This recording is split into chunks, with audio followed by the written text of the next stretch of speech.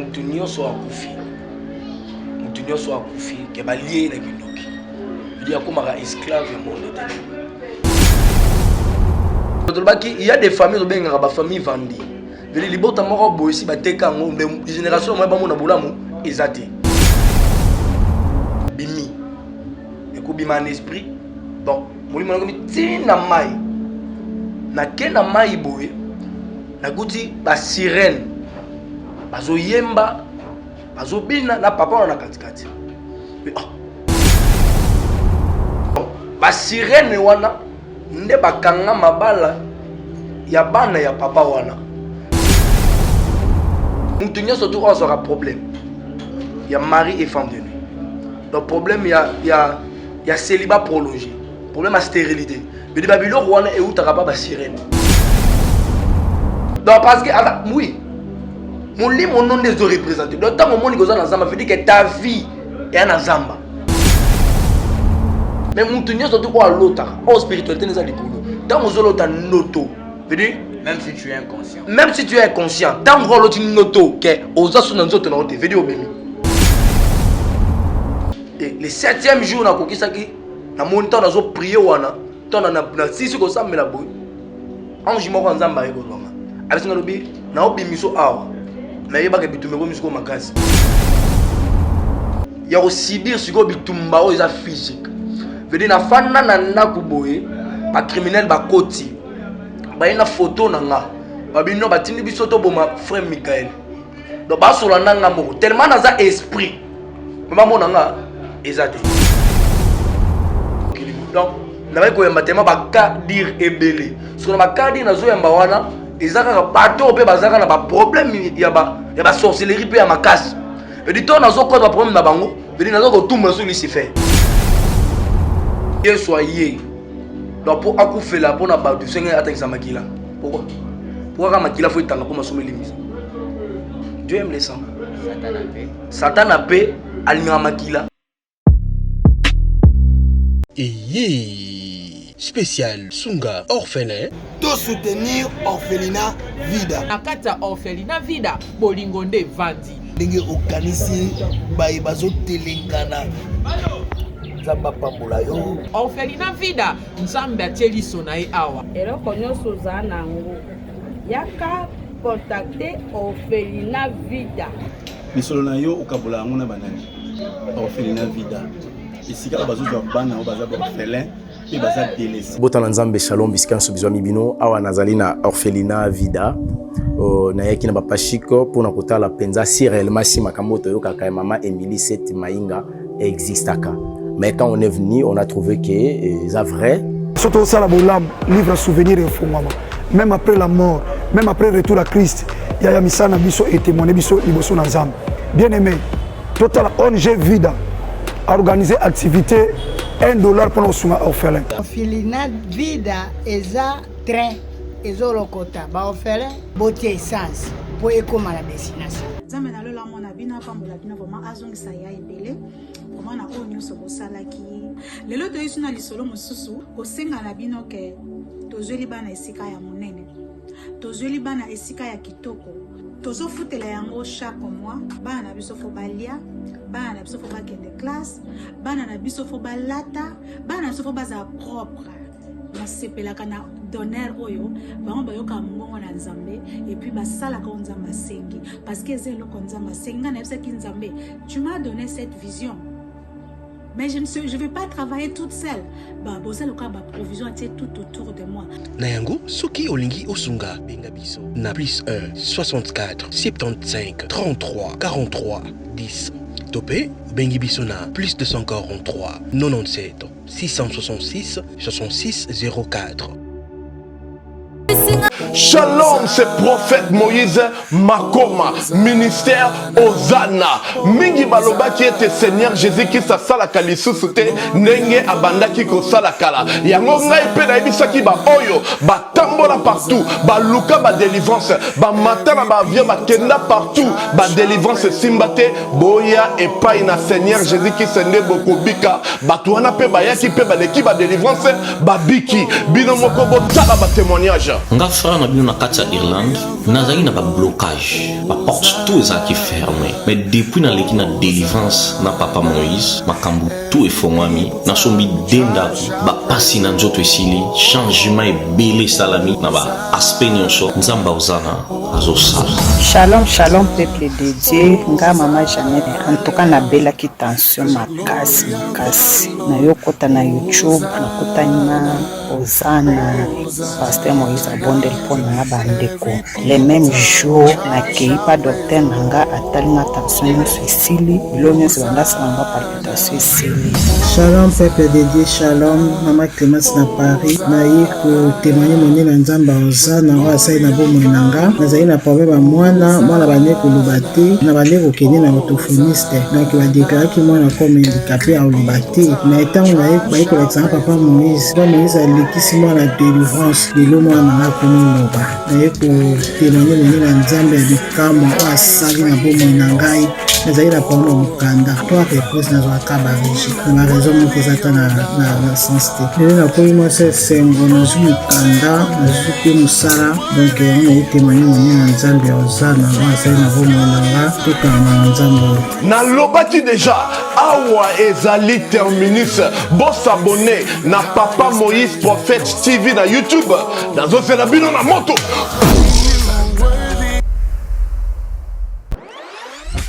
Bozali ebele bokota l'émission de partout na pesi bino mbote. Mbote bala nyonso ya Chebiso TV. Oui malamu na émission na bino réponse à nos questions. Yande ko na bino. Na pesi moyini nanga mbote, moyini mbote, moyini bonjour, moyini nanga bonsoir.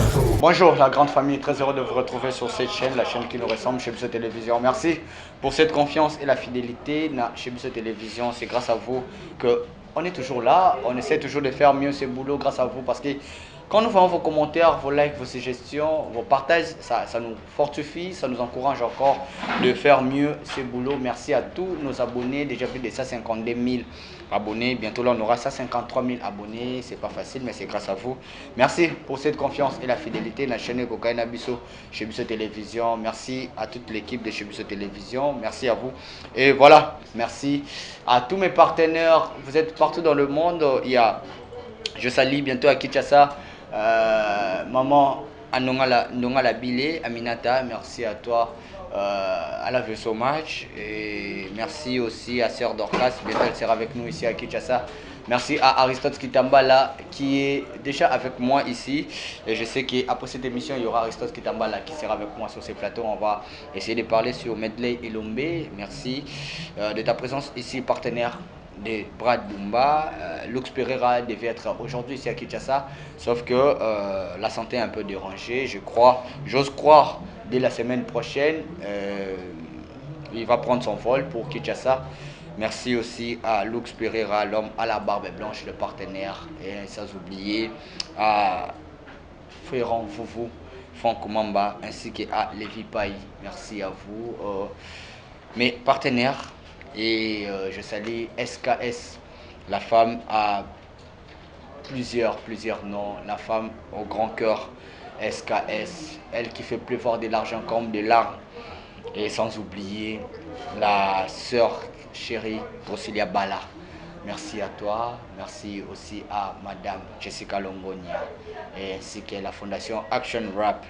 I love you so much. Toi tu es là, Jessica Longonia. Voilà, aujourd'hui, les retours avec notre frère Michael Lengo, Michael. Et voilà, précédemment c'était sur son état de santé. La santé avait vraiment dérangé. Hier j'étais avec lui à la maison et Dieu est bon. Quand j'étais chez lui, je l'ai appelé, il était déjà à l'hôpital. Arrivé à l'hôpital et voilà, on a trouvé quelque chose de bien, de positif si on peut le dire.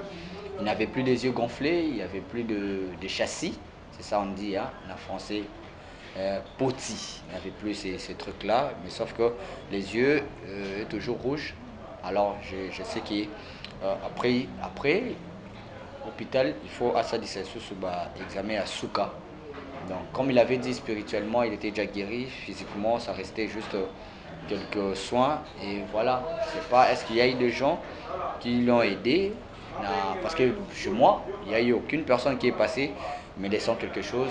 propos il y a Michael. Alors tu vois bah soin et les kindeni parce que même moi j'étais pas vraiment au rendez-vous. Il y a soin naïe après l'émission des années avant tout ça la émission où tes collègues. On va essayer de parler de ça et aujourd'hui on va continuer avec son témoignage. Le frère Michael, je rappelle dans l'épisode 10 de la société, tant où moi on a kangamaki, c'était ça. Tant où moi on a kangamaki et voilà. Tant à quelqu'un dans le cimetière, à mon esprit où il y a qui et Zotambola.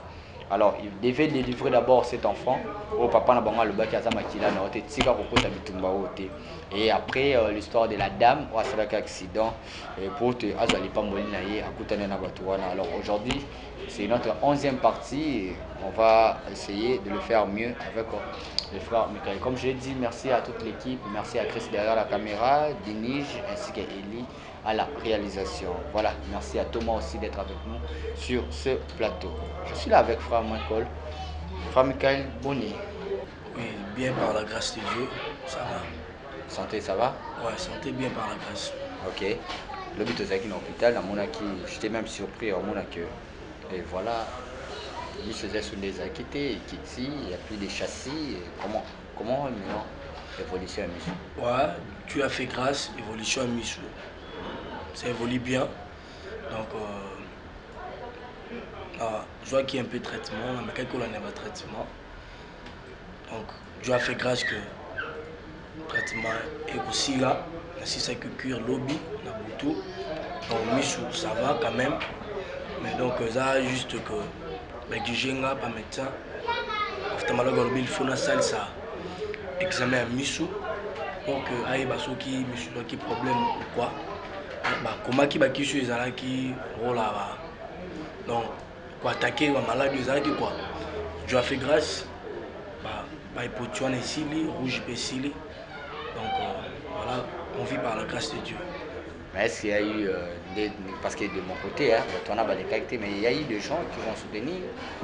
Bon de mon côté j'ai eu 2 personnes qui m'ont soutenu sauf ma mère qui est au Canada. Donc lui déjà il me soutient à chaque fois. Mais j'ai juste 2 personnes qui m'ont soutenu, 2 ou 3 comme ça qui m'ont soutenu avec le PEC au Bazala Kinango. Et ça m'avait permis en sorte que on a un traitement, maman Francine, comment on appelle ça, le Bombachi, et puis une sœur en France là, et une autre maman en Belgique. Donc c'était 3 personnes qui m'ont soutenu en dehors de ma mère parce que lui, il me soutient déjà à chaque fois. Donc merci beaucoup pour tout le monde qui était là. Vos soutiens, même si c'était peu, mais ça m'a quand même arrangé.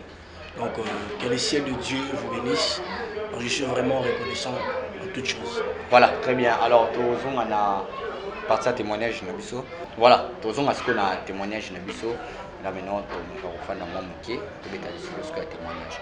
Délivrance, il y a un mois dans Nabiso, moi et papa, parce que attaque délivrance, mais à coup déjà. Parce que Robimi, ça y est, place à Zaki, n'a pas de cimetière, et puis n'a papa, maintenant, on a des communs. Alors, j'aimerais qu'on essaye de parler de ça. Voilà, si il y a moyen, on peut parler de ça. Ouais, en fait, vous savez, Moutounio soit Koufi. Moutounio soit Koufi, qui est lié avec Kindoki. Il dit comme un esclave du monde de ténèbres.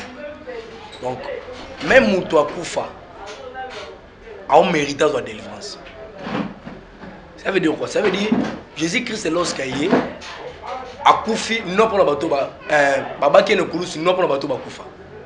Donc, pour le bateau vivant, Jésus-Christ est né à Koufa pour la banque. Parce que le bateau Koufa qui avant Jésus. Donc, Bango va hériter la grâce. Pourquoi? Parce que Jésus-Christ, je peux dire que à Koufa qui était. Donc, Yesu a Koufa qui était. Mais tellement monsieur qui est très long, il devrait aussi. Koko tanase ya mabele pour nous annoncer des bonnes nouvelles na bato ba Koufa qui avant naissance naïe. Donc, Bango peut se dire que bonne nouvelle. Donc, et c'est qui Christ, autres à côté la mabele, donc à Koufa qui est ça mabele pour à délivrer pour bébé. C'est-à-dire que Moutoua Koufa a un droit à délivrance. Donc, en fait, les gens, il y a plusieurs personnes qui comprennent. Parce que ce n'est pas histoire de Mickey. Tu vois? Et ça, c'est Mickey. Donc, dans le Marambo, la spiritualité, plus élevé. Donc ça, on comprend nos bâtis. Veut dire quoi? Moi, on est qui n'a délivré non kakaïe, mais n'a pas de konaïe ni depuis n'a pas de belé. Parce que délivrance, c'est moi lorsque esprit n'a ébimi pour na kota. Ici, quand on va qui na prison, parce que on a cimetière et un monde monsieur. Lorsque tu côté na cimetière et un monde monsieur. Il y a des esprits où ils ont un cimetière. Donc avant kota il faut collaborer dans l'esprit pour qu'ils aient accès. Veut dire quoi? Nous avons un maître spirituel. Veut dire pour nous délivrer bango, il faut dans la collaboration. Il faut comment être comme un maître spirituel. Pardon? Il faut comment être maître spirituel. Mais là, maître spirituel ici quoi? Oui. Ok. Donc lorsque et c'est une comme ce qu'on a cimetière pour que na kutana na bango. Donc et c'est une chigoyo na collaborer na ba esprit voilà. Et na koti veut dire na moni ba mort bazala qui lié. Bango nyonso ba osika nga délivrance pourquoi parce que bazala qui a kokanga bazala ba esclave. Que Satan soki allié mutu. Donc soki ba pourcentage ya ba âge na yo nzamba tona mukile koki to kufi avant. Donc ozala esclave pendant ba année wana nyonso to o etikalaki. Tu vas atteindre âge na. Ouais, tu vas atteindre âge na yo. Veut dire quoi? Donc on a commis la prison et sengi na banda kobimisa bango. Alors, et ça na délivrance avant ça là il faut yeba ba lien sonné outu. Parce que moi na wana donc délivrance na yende lingi e fungela nga porte marambe belé. Donc les acquis tellement trop risquant vu que tellement délivrance c'est là qui très fort et c'est qui ba alliance ya makasi veut dire et sengi que il faut la kotati na profondeur. Parce que papa n'est pas qui très bien. Papa n'a pas moutokis. Veut dire papa n'est à sacrifier avant. Donc il y a des familles qui ont des familles vendues. Veut dire les bons tamara boisi bateka des générations moi ba mona bolamu ezate. Donc papa n'a tellement teka ki bana na yenyos. Parce que moi na wana zaki tellement zaki ma crise zaki dur. Donc lorsque Nzambe azolo belanga pour na moi na wana donc ndesale que na kota na découvrir marambe belé. C'est-à-dire que nous avons la délivrance, mais et aussi pourquoi parce que papa n'a pas une alliance. Délivrance, il y a Moutou. Moutou a la spiritualité à l'écolo. Donc, on sait la Moutou délivrance. Parce que délivrance, c'est ça d'abord l'état d'esprit. Donc, on parle de la Moutou délivrance, on sait que Moutou, c'est la délivrance. Esprit n'a pas la dimension ni la spiritualité. Parce que nous avons la délivrance de sous. Et puis ça va retour pour l'année. Parce que et l'union surtout au islam dans le monde des ténèbres, il y a des alliances. Des retour à Miss. Retour à Miss, s'il vous plaît. Retour à Miss. Parce que nous avons un grand maître. On a un retour à Miss. C'est-à-dire que Luka qui ne m'a pas dit Miss. C'est ton témoignage, il n'y a même pas de questions à poser et tout machin. Mais on va essayer seulement de mettre le point sur les i, même un peu de sel. Si je poserais une question. Dans mon mitalaka, avec ton âge, avec ce que tu fais, tu te dis quoi? Que je suis là, Michael. Mais l'esprit, grand maître. Pour Botaka, Nabasa Mai, Topo et Limouani, Namukilekinaka, Namai, Zoni. Est-ce qu'il y a toujours des côtés négatifs? Voilà, un moment, ça joue un rôle ou c'est toujours côté Squanzam ou Tetika? Non. Côté Nzam Mindetika. Parce que Nzam m'a dit ça. Oui, bien sûr. Nazandoki. Il n'y a rien de grave. Donc, na legi na TV pour na lobela mama bana mikepo naza muninga mutute. Bidi naza mutu mulimo. Donc, mukolo mulimo zakate parce que mulimo mutu evivaka avant mutu abotam. Moi mukeso azobo na mikolo azandoki. Non ngala boyi mukolo te. Naza be mwana mukete, naza mwana muninga mutute. Naza be muninga mutute. Très bien, on continue le témoignage. Donc, veut dire il faut na délivrer bibem. Il y a des alliances. Donc, papa, on a demandé que sacrifier. Très bien. Donc, tellement sacrifier, il faut la profondeur et la spiritualité pour nous mais l'alliance pour que à sacrifier. Et tu as trouvé? Et j'ai trouvé, mais papa, on a limité pour céder des fonds. Vu qu'il est encore en vie, à saisir en Aboyi ko céder. Veut dire ngana papa ne comme jusqu'au guerre d'esprit. Papa wana aromi ko la kanga liwa bigena arobomanga.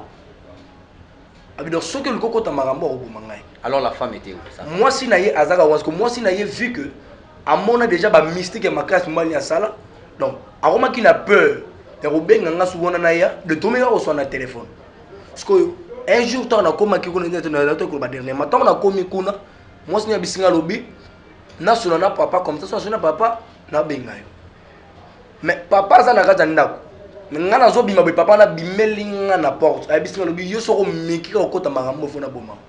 OK, alors kaza na chambre. Alors kaza na kata chambre da bimelinga nga be boma nga ye tout le monde esili na butu na lali Zamba bisinga be Michael on attend là la défaut bima. Donc tu dois sortir OK on ça musala parce que papa na minute yo et à l'alité. À l'alité. Nous on a soko lali mabe kozali.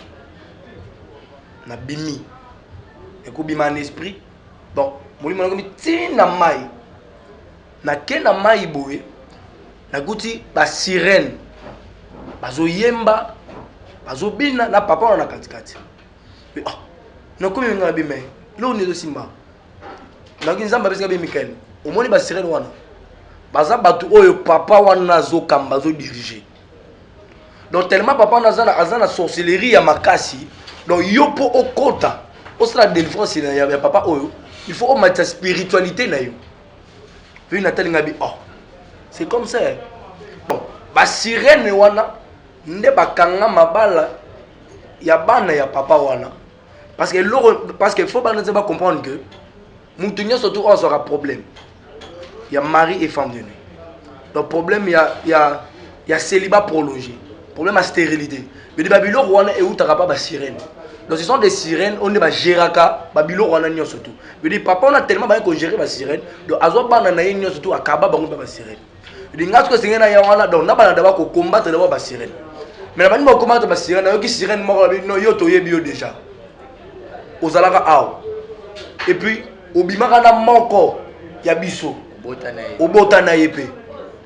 Veut to yebi yo bien. Tellement ye aw na mboka na biso ko meka. Ti na mboka na biso na lieu domicile yeba ke aw bimate. Na mona le roi ba aventure papa. Donc tellement ça il faut se préparer. Na la mona ke non, ba pouvoir nanga. Donc ça me suffit. OK, c'est que la tombe la spiritualité nanga pour na kota délivrance wana. Veut dire quoi? Toi tu as essayé comme ça. Na ke kaka bongo boy, ba sika na bimate. Ndeti ba aventure.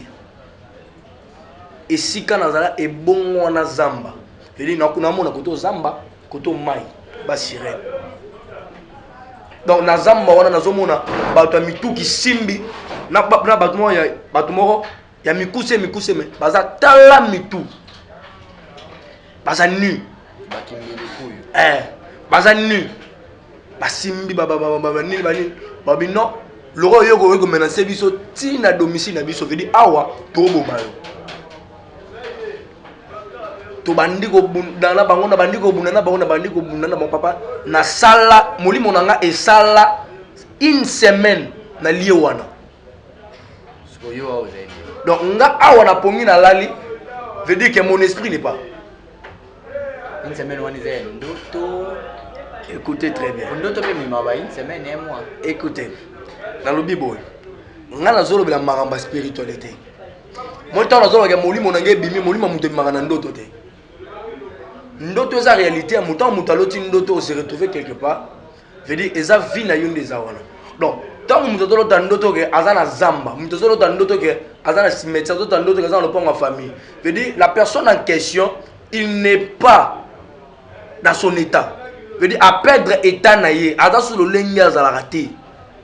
Il se trouve de l'autre côté. Donc parce que oui mon lit mon nom des représentés donc tant mon monde na zamba veut dire que ta vie est en zamba.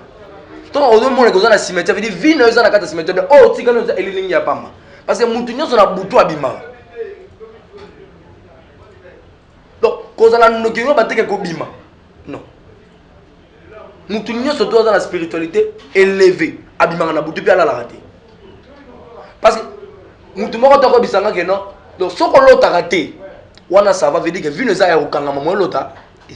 Mais mutu nyoso to ko lota o spiritualité neza likolo tant ozolota noto veut dire même si tu es inconscient tant ozolota noto ke ozasu na nzoto na ote veut dire obimi c'est différent la voyage astral. Oui et ça différent parce que voyage astral les animes voyage astral ça que naza boy Michael donc naza conscient de noter na boy je vais faire sortir mon esprit na kinesika boy na bimi na ki ça le voyage dans la fin du boy un moment donné na sisi musona kesa la bona scène ni na zongi na nzoto na mais kobima na ndoto to na pongi par comme ça veut dire que tant on lali à un moment donné pongi zuyo comme inconscient obimi là c'est autre chose là c'est autre chose et là Laurent bateau ba l'autre ba ndoto ba mari et femme de nuit dans l'autre ndoto on ça la rapport ga mobile veut dire quoi phénomène mari femme de nuit ba yaka kaka par inconscience veut dire faut mutu akoma na état ya inconscience pour que y aya pourquoi parce que sa dimension spirituelle est plus élevée donc akoki jamais qu'on travaille dans la même dimension na mutu aza physique bon donc cela veut dire que donc mutu au partenaire oya royela il faut azala na conscience veut dire qu'il faut esprit à mutu là et bima c'est parce que tant esprit à mutu longwe veut dire que mutu on la spiritualité mususu surtout mutu on la spiritualité est-ce que c'est parce que mari ou femme de nuit aya asala marambo oya yeli parce que beaucoup peut-être dans la même dimension esprit ne bimi ya yepe bimi bukutani parce que yo fanda une semaine na fandi une semaine na zamba veut dire na lala ki zamba parce que bimi il faut bima après là-bas une semaine qu'est-ce que tu faisais bakangi esprit nanga to bundana bango chaque jour mais le fait que nazo bomba bango misu bazo lamuka parce que naki ko menacer bango tina domicile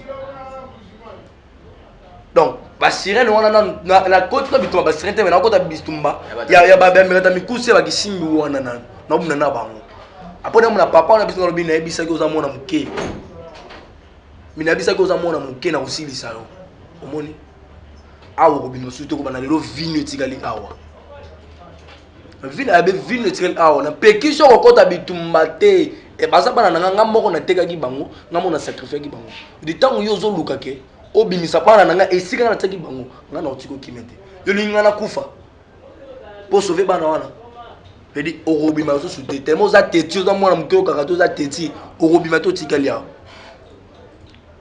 na mani ko zo siko mamu sino ni ko raisonner mamu nzamba ibisa kinga que tu devais te préparer donc il faut na se préparer pour na kota betumo parce que za makasi na mina bandi siko ko prier na bandi ko prier na bandi ko prier car na prier nazo prier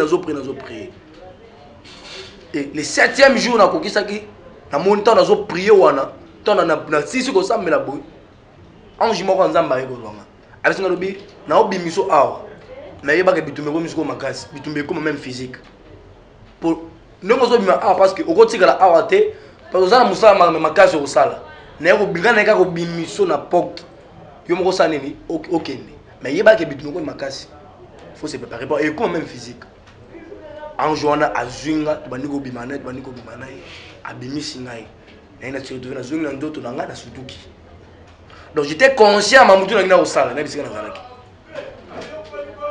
donc après c'est là parce que donc j'ai commencé ya subir siko bitumba o eza physique veut dire na fana na ndako boye ba criminel ba koti ba ina photo na nga babino batindi biso to boma frère Michael donc basola nanga moko tellement naza esprit mama mona nga ezate kwani lukombe bise mission nazo bebe mission nazo loba la témoignage na kokata côté mais kwani lukombe bise mission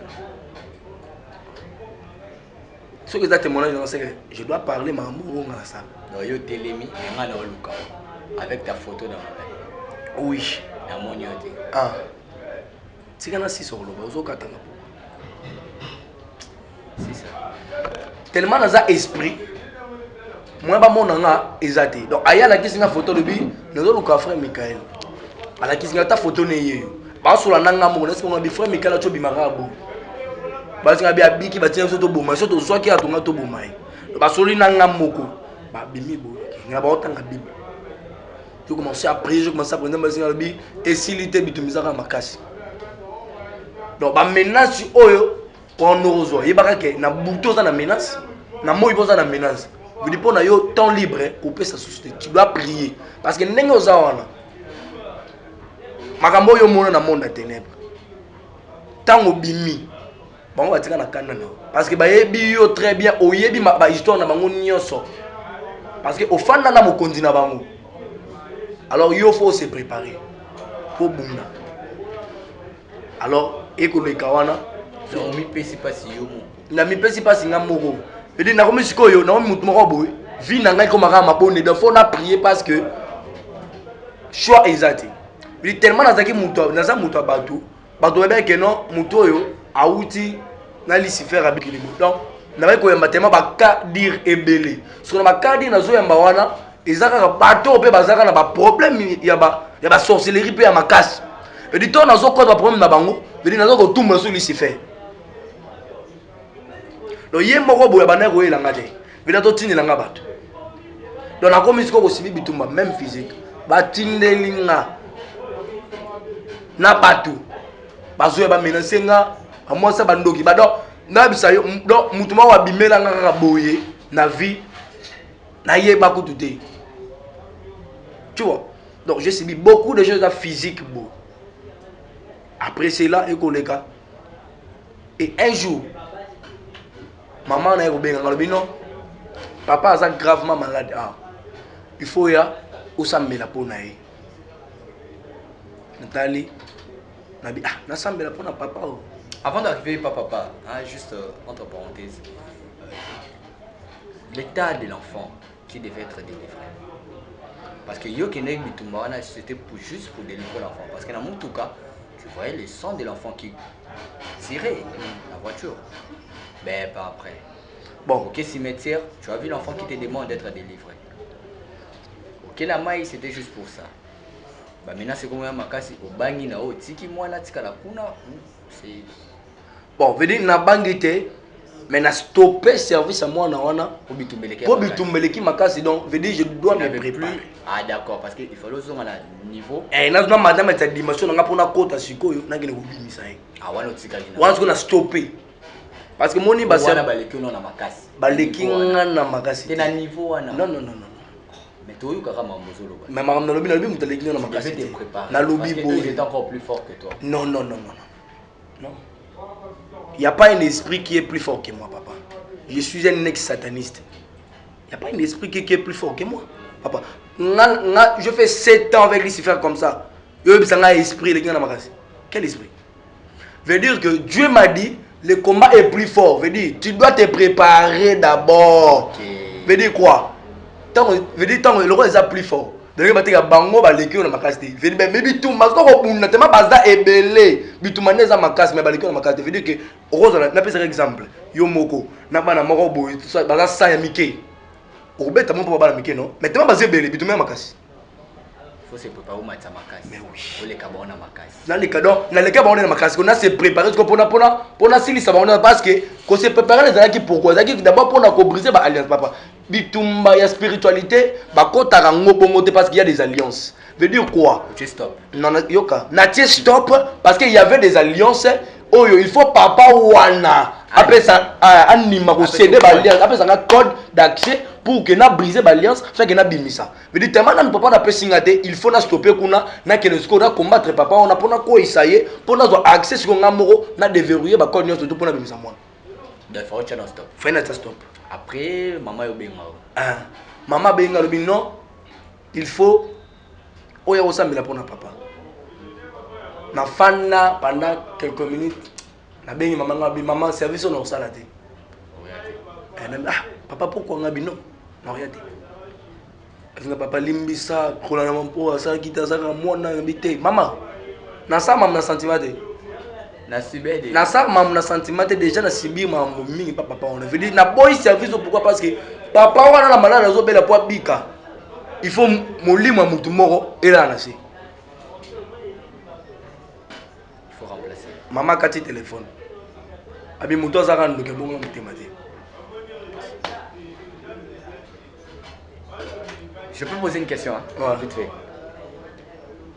Papa n'a pas bika, il faut remplacer Moutou. Il faut remplacer Moutou. Donc, les service, il faut remplacer. On a tout une question. Ok, malin. On fait pas des émissions pour les bébés spirituels. Ah ouais, voilà. Oui, on comprend de l'eau que ça pour Nicolo. Moi, je pose juste une question. La personne est là. Mais pour y habiter à place où il faut tout remplacer, il faut connaître l'eau. Un agneau, le sang, être humain, Muruba, Makasu, tout ça là. Oui, ezali. Parce que Nzamba alinga makila. Nzamba alinga makila. Ye soyez. Donc pour akufela pour na badu senga atangisa makila. Pourquoi? Pourquoi makila faut itanga pour masomeli limisa? Dieu aime les sangs. Satan a paix alinga makila. Veut dire que tant un service mususu pour muto abika veut dire faut remplacer après ça makila. Donc il sengi bon au sacrifice. Donc ce qui a koki ko remplacer mututé veut dire faut osala loro eza na priya mutu. Ce loro za priya mutu zani.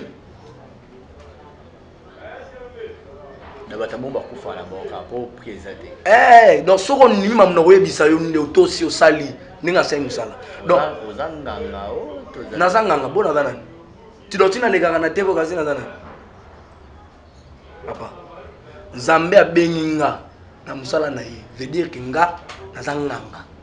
Donc bolongola nga na babiloko ba mike wana papa. Hein? Qui Jésus dans ta vie? Jésus, c'est mon maître. C'est mon guide spirituel. C'est mon roi. C'est mon Dieu. Donc il est tout pour moi. Veut dire, quand je dis Nazanganga, veut dire Nazanganga, il y a tout pas cité. On ne peut pas tout pas s'embêter pour nous. Non, pas kawanate. Soit on tout pas cité un hôpital. Nga nazana mama limo lequel au niveau. Ndo yé pas nga na pesi solution. Veut dire Nzamba bisangelo au mort na lubangwa. Nzamba bisangi Michael, je vais travailler avec toi. De la même façon que tu as travaillé avec Lucifer, mais par une autre dimension. Je veux dire, ce qui n'a pas passé Kisi, n'a pas Lucifer, nous n'avons pas passé un pouvoir, et on peut savoir Mbongo. Non. On a passé au Kisi à Yesu. On a passé le mort. S'il y a des marabouts, s'il y a des magiciens, oh, il faut tout l'obéir dans mon king, ton la création, c'est Jésus-Christ. Il n'y a pas un grand magicien que Jésus. Il n'y a pas un grand magicien que Jésus. Donc il est plus fort que tout. Il est plus fort que tout. Papa ngana zana liste fait. Mais mon kolové on a yara kozwanga. Viens on est. Yes. Tikako. Mon kola yara kozwanga nandimaka teke mutaleki liste fait na makasa zala. Nandimaka teke mutaleki na makasa zala. Veut dire jour wana nandimaka kete muto esika na okende. Il est plus fort. Papa Satan il n'a rien. Non. Lucifer il n'a rien. La fin il n'a rien du tout. Il fait que des copies ya marambo ya mona na likolo. Parce qu'il était un ange. Alors ça la copie ya marambo na likolo. Veut dire vrai bon nganga il faut ne pas nzambe. Donc pour comprendre que nzamba nganga, ça comme ta spiritualité likolo. On parle que non nzamba nganga. Pe biso pe ba o abenga te sur mafuta. To banganga siko ya makasi. Maintenant maman a refusé l'appel. Akati appelle abino muto abongo na mutema te. Wana bongo na mutema te bon. Nga muto abongo siko pona kende il faut eloko wana. Veut dire il fallait to sa marambo nga na lobi. Donc so ba ngina muto opesa te veut dire que il faut remplacer parce que Zambé a sengi même Isaac. Est-ce que papa wana yemo ba comme na posa na. Papa wana comme na posa na ngate. Ah wana c'est volontaire maman. Voilà volontaire maman. Veut dire que Nzamba sengi Isaac. Nzamba sengi Isaac. Avec na posa makila Isaac. Donc, veut dire Nzamba pour makila Isaac, mais na posa makila mais la makila. Veut dire tellement Isaac a plus cher. Hein? Na miso Nzamba. Alors la ombre de Jésus-Christ, veut dire Isaac devrait être remplacé par un agneau. Or, l'agneau c'est Jésus. Donc, la personne oyo a coquille seulement au coup pour la masuma badou, c'est Jésus-Christ. Donc, raison pour laquelle Isaac doit être remplacé par un agneau qui est Jésus. Parce que Isaac était ombre de Jésus-Christ. Donc, quand on dit pour ça, c'est un makila. Rien d'autre. Quand tu refuses, tu remplaces. Mbeka et Zani. Mbeka. Et ça, c'est dans la française, c'est un sacrifice. C'est ça, Mbeka, non? Déjà, quand on parle de sacrifice, on voit l'autel, on voit les sacrificateurs. Je veux dire, les sacrificateurs, c'est moi. L'autel, Isa. Est-ce qu'il faut bâtir un hôtel toujours avec le sang? Oui. C'est quoi le parfum? Les parfums. En fait, Les parfums. On n'est pas là, on va parlera de ça aujourd'hui. Je sais que prochainement, on aura parlé de tout ça, on va entendre ça, les questions de débat. Mais il faut continuer à témoigner, je me attends et tout les biso tout le bilakaka muki a témoignage maman a Kati appelle. Il faut faire quoi non? Il faut que alukanga. 3 jours après, malade ya papa a mis au pola. A mis au pola. Et c'est ce qu'on a confessé. Mama Benay. Ma Benay surtout oya sala parce que tant qu'on a pour céder, donc ça mené m'taki frapper. Évidemment, il Paul Lanzo de Mazo Misa Solo. C'était ici à Kinshasa. Ici à Kinshasa, na Gombe. Veut dire quoi? Papa n'a zo Paula. Non, tant qu'on a mis sur le monde, on a mis ma bé. On a mis l'autre, on a mis l'autre, on a mis l'autre, bétaillé. On a mis l'autre, on a mis l'autre, des fois, ici, moi, sabi que les gens ont frère wana ayao. Na solana e. Ngape na ah mito ba na posta na faut ba caprice pe ça là. Nabi non, je pars pas. Nabi non, je pars pas. Na boy nanga okende na fandi. Nabi il faut pas souffrir pour na parce que quand tu ne sais pas respecter les principes de Dieu, veut dire moi je ne peux pas entrer dans ce genre de service. Il y a plusieurs services mais bazé belé bazo la nanga. Ba service ba de belé bazo la nanga ah. Nous sommes à Benga Bo, la peste d'orientation service. À Coquine est bloqué. Ils sont nombreux à bloquer. À bloquer. Donc, nous sommes dans un boyer. Donc, quand je donne les principes, je dis Dieu m'a dit ça. Donc, ce qu'on s'allie, parce que les principes de Dieu restent oui et amen. Quand tu le fais, je fais les services. Quand tu ne sais pas les respecter, non, bon, de l'on a mis. Est-ce que ça va être le coup non, tu as dit mais si on appelle ce principe, on a maloubi. Ainsi dit l'Éternel va boire en côté. Veut dire tant on boit que toi sans zambe, veut dire même zambe en sel. Le faut que on zambe, ton zambe au sali yango, zambe salé. Bible dit faites à l'Éternel ses délices, te donnera ce que ton cœur désire. Parce que yo sali yo au sali désir en zambe, tout lingo zoni. Lingo zoni. Zambe va peser faut peser. Rien n'est gratuit. Rien. L'homme est gratuit. Rien. Parce que yemoro na nous tali bosso bana ko pesa. Ça yemoro ami pesi. Il a donné, veut dire il a Dieu attend aimé. Puis il a fait quoi? Toi tu as donné quoi à Dieu? Parce que lui il a donné ta vie. Ok, c'est bien. Très bien, ça n'est fini pour aujourd'hui. On était là avec le frère Michael Lengo. J'ai aimé, hein. Aujourd'hui on a eu au moins avoir quelques débats, mais papa n'attend encore pour là. Il fallait yoke. Et ceux qui y a la prochaine fois. On continuera ça prochainement. Merci Aristote Kitambala, il est avec moi ici, l'homme que la veste demande qu'on l'habille. Je vais être frais, comme je dis, c'est la taille, l'élégance et les moyens qui troublent et qui attirent les êtres opposés dans le biseau. Lui, le monsieur, a tout ça, mais heureusement, malheureusement pour les autres, heureusement parce qu'il est marié. À vos côtés, excusez-moi, il n'y aura pas moyen parce que lui, il est déjà occupé. Merci Aristote Kitambala, il est avec moi sur ce plateau. Je regrette l'arrivée de Lux Pereira, l'homme à la barbe blanche. Il devait être avec moi aujourd'hui, hélas.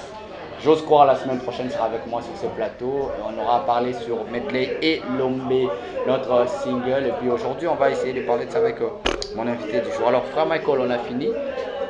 Tout le monde, au Bazaranayo, au Balukaba Solanayo, numéro de téléphone. Et puis, on clôture par ici.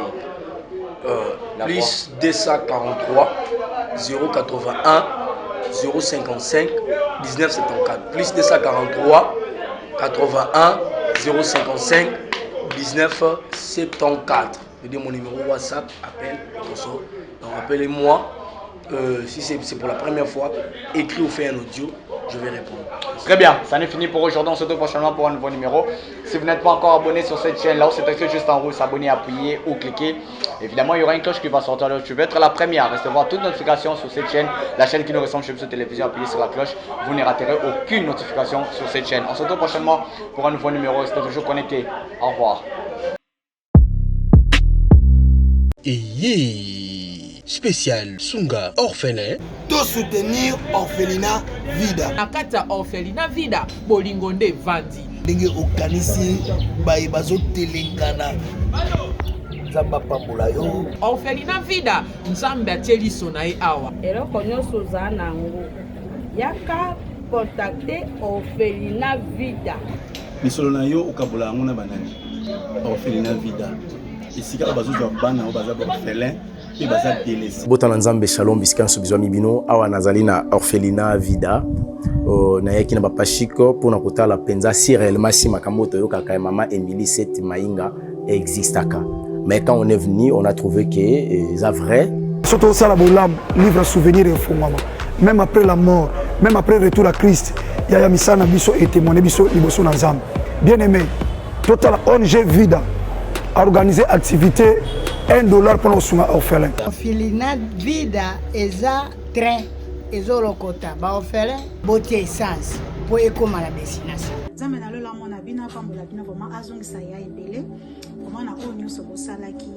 Lelo toyesu na lisolo mosusu kosenga na bino ke tozweli bana esika ya monene. Tozweli bana esika ya kitoko.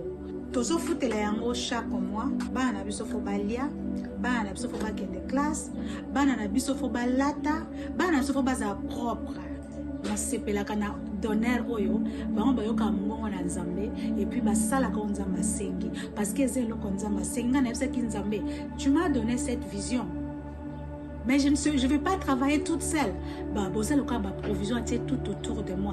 Nayango, Soki Olingi Osunga, Bengabiso. Na plus 1 64 75 33 43 10. Topé, Bengibiso na plus 243 97 666 66 04.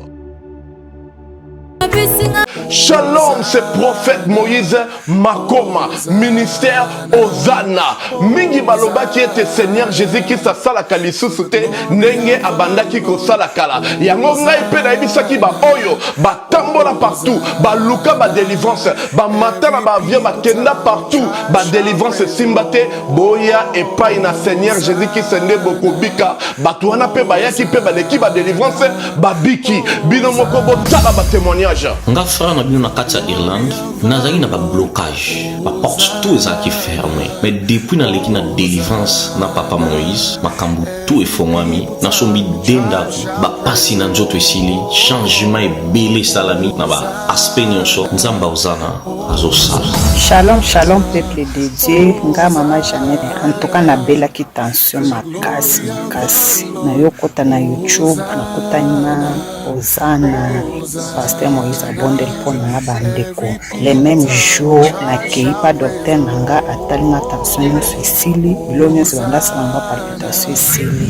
Shalom peuple de Dieu, shalom mama Clémence na Paris na yiko témoigner moni na nzamba Ozana wa sai na bomo nanga nazali na problème ya mwana bane koloba te na bane kokende na orthophoniste donc badéclaraki mwana comme handicapé ya koloba te na etango na ye bayekolakisa na papa Moïse alekisi mwana délivrance lelo mwana nanga komoloba na ye kotémoigne moni na nzambe ya bikamwa oyo asali na bomoi na ngai nazali na problème ya mokanda to areprese nazwaka barégi na baraison moko eza ta na sens te lelo nakomi mwasi esengo nazwi mokanda nazwi mpe mosala donc yango naye témoigne moni na nzambe ya Ozana oyo asali na bomoi na nga tokanga na nzambe oyo nalobaki deja awa ezali terminus bosabone na papa Moïse Prophète TV na YouTube nazozela bino na moto.